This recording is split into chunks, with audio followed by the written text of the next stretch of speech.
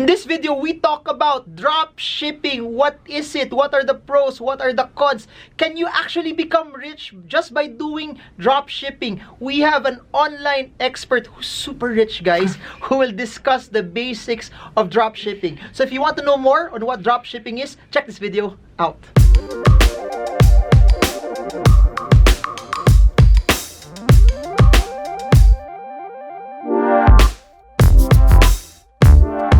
Hey guys, Sean here. Please subscribe, hit the bell down below. This is the master, the millionaire, Mr. Marvin Guillermo's channel. Hey guys, for those who want to learn how to make money online, as you all know, I've been talking a lot about the internet, about how technology has changed everything, and I've given you several videos on how you can make money online from your house. And what better way to talk more about online and making money online from Sean C, who made his millions from online as well. But this time, we're not gonna talk about SEO, we're not gonna talk about social media, we're gonna talk about drop shipping. So first of all, for those who don't know, what is drop shipping? Drop shipping is basically you selling an item online without having inventory. The problem is a lot of people need capital to buy inventory, and when they stock up inventory, can they finish it in X amount of time? Yan ang problema. And dropshipping eliminates that because you don't hold inventory, you don't buy inventory. What happens is you just sell online. Whenever a sale is made, you contact the warehouse, you contact the owner or owners of those pieces of stock that you're gonna sell. So let's just say if I'm selling cell phone chargers, let's just say I'm selling cell phone chargers, I'm a drop shipper, someone owns and someone put in the capital for those cell phone chargers. They bought it maybe from China, from other countries, they put it in the warehouse. And what happens is whenever I make a sale in my website or in Lazada or Shopee, I get a cut.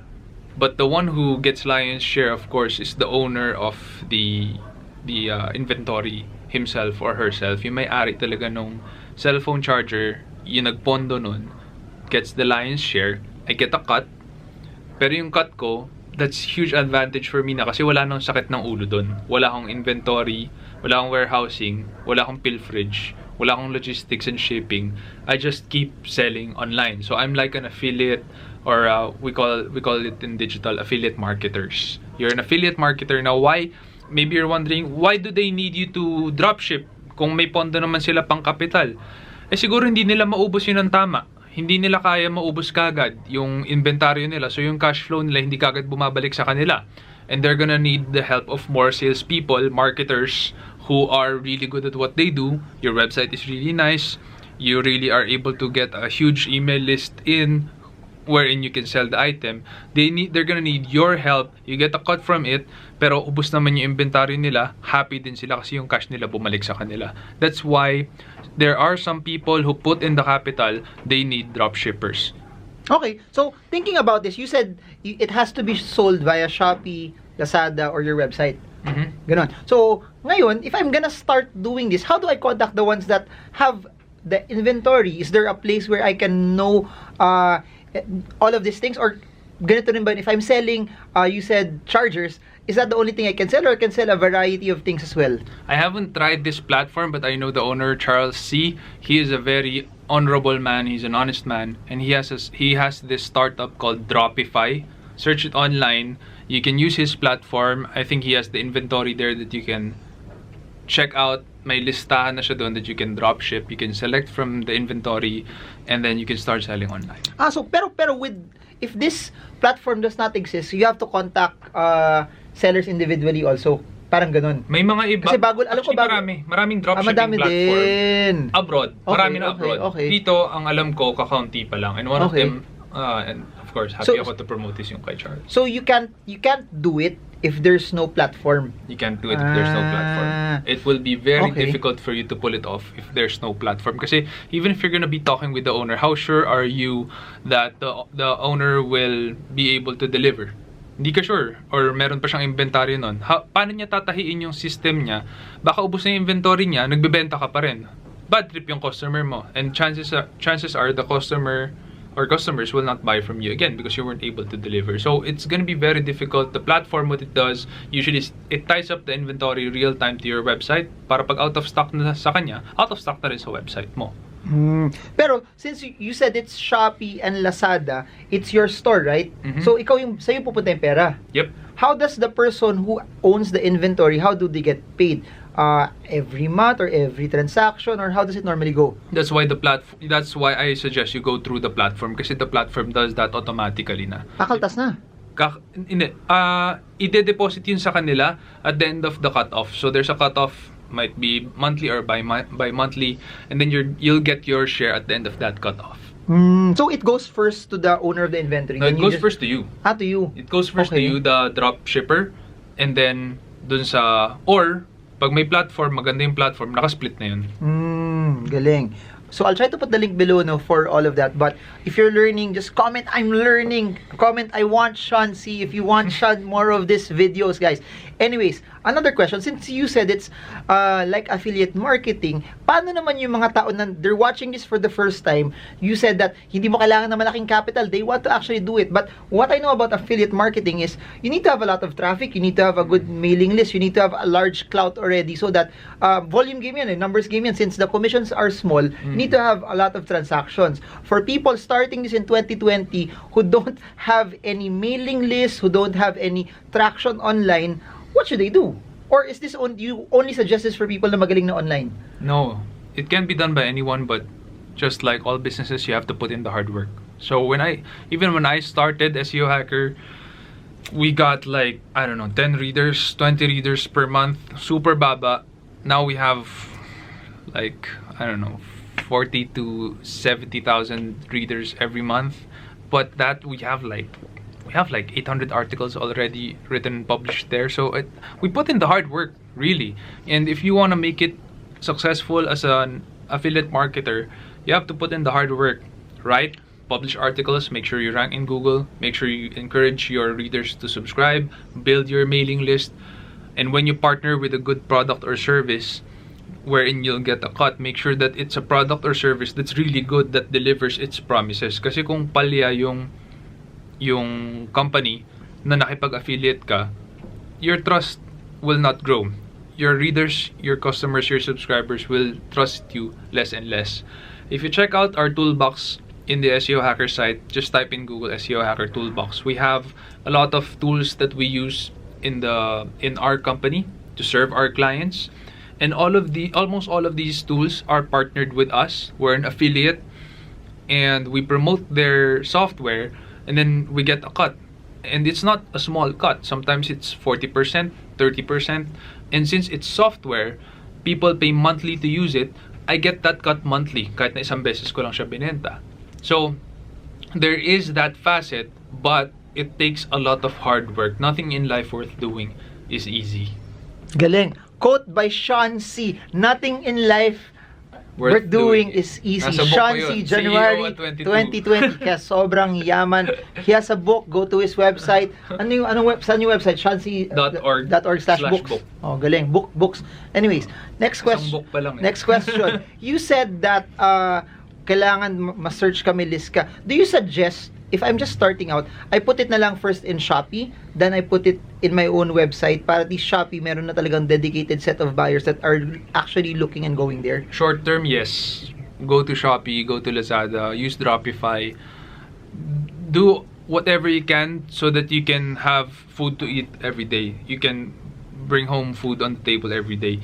Pero long term, I suggest you build your own site, your own list. Why? Kasi in Shopee and in Lazada, I think they're not gonna let you take home all of the analytics and data, which is very important if you're going to want to do affiliate marketing for your livelihood. You need to know how people behave, you need to know their email address, their phone number, you need to know their name. And if you own the site, you have all of this data. Or you can employ software that can give you all of this data, which is very, very important, because even if they are now affiliates, or if you have sold to them, what you want to do is upsell them. Or what you want to do is sell them more stuff. And for you to know that, you need to know data. What do they do every day? What's their job? What company do they work in? What's their spending power? Are they married or single? You need to know these things, and Lazada, Shopee, and other platforms will just not give that to you. I'll end it with this question. If they're gonna sell, do you have any idea on Shopee, on Lazada, what's an item that kung yun yung binenta nila, mas malaki yung traction kagad, mas malaki yung demand. So I don't shop online as much. Yung wife ko madami experience doon, pero what do you think is a fast moving item that they can easily start with? Easy. If you see ads in Facebook of American companies marketing a certain item, 90% of the time it's in Lazada and it's super cheap. So the American companies would sell it for like 1,000, 2,000, 3,000 pesos, maybe more. Like there's an ad I saw just today. It's a microscope. Well, it's a handheld microscope na may LED light na pwede mong itapat sa kahit ano. Tapos nakakonect siya sa phone mo. And in the phone, you could see the microscopic display. Kunyari, tinapat mo siya sa dahon, makikita mo yung plant cells ng dahon, nasa phone mo. You know, that was an advertisement today via Facebook to me. I don't know why I was targeted, but I do have ad blockers installed, so baka naka-broad target lang sila.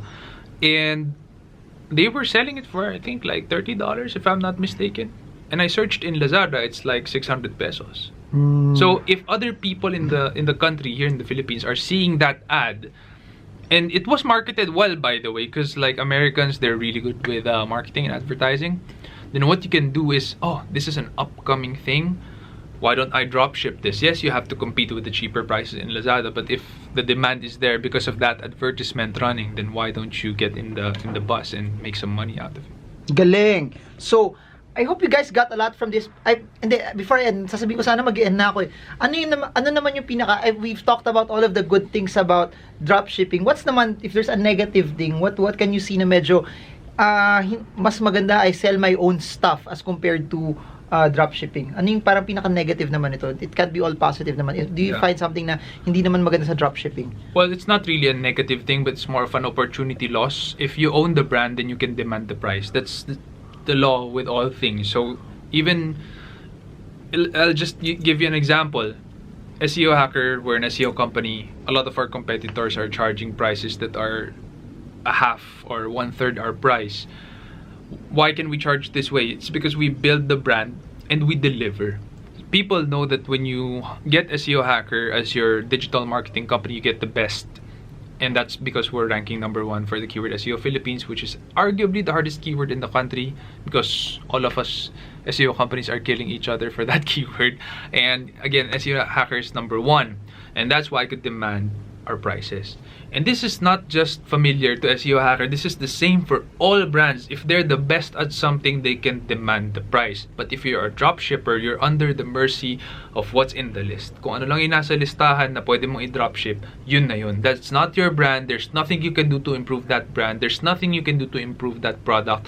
Kung naging basura yung product and dun ka malakas magbenta, mawawalan ka ng benta. That's the downside to being a drop shipper. But the upside, in my opinion, is huge, especially if you don't have capital. No inventory, no warehousing, no pilferage. You don't need to worry about people stealing your inventory. That's a huge upside for me. I said last question na, pero I have a follow-up on that, no? Since sabi mo wala kang control, so you can't even, kunyari gusto mo pataasan kita mo, you can't raise the prices.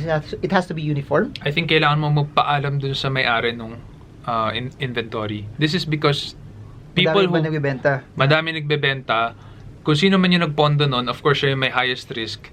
And kung bigla mo lang tinaas yung presyo mo, magre-reklamo yung ibang sellers niya, baka mag-quit. So mawawalan siya ng benta. So you need, I think the best thing to do is you ask the inventory owner if you can do that. But there are inventory owners who just don't care. You can raise prices basta-basta. Or the platform limits you to a range. That's it. Doon ka lang pwede maglaro. Alright, galing, no? Galing. So much insight. So if you want to know more on how smart and amazing yung mga insights ni Sean C, there are 2 ways. #1, Leadership Stack. It's his podcast. Link is down below. #2, Sean C has an online course with me. Magkasama kami. If you want to learn more about business and investing, join us. Link is in the description box. We talk about how you can start your own business and how you can invest as well. So if you guys want more of this, again, comment it below. I want Sean C. I want Sean C more, and we're gonna gonna do more and more of this. But again, if you want something more holistic and complete, link below for Make Money, Grow Money, our online course on business and investing. So I hope you guys got a lot from this. This is Marvin Germo with John C. I hope this video helps you trade well, trade strong, trade smart. See you all again soon, guys, and God bless you all.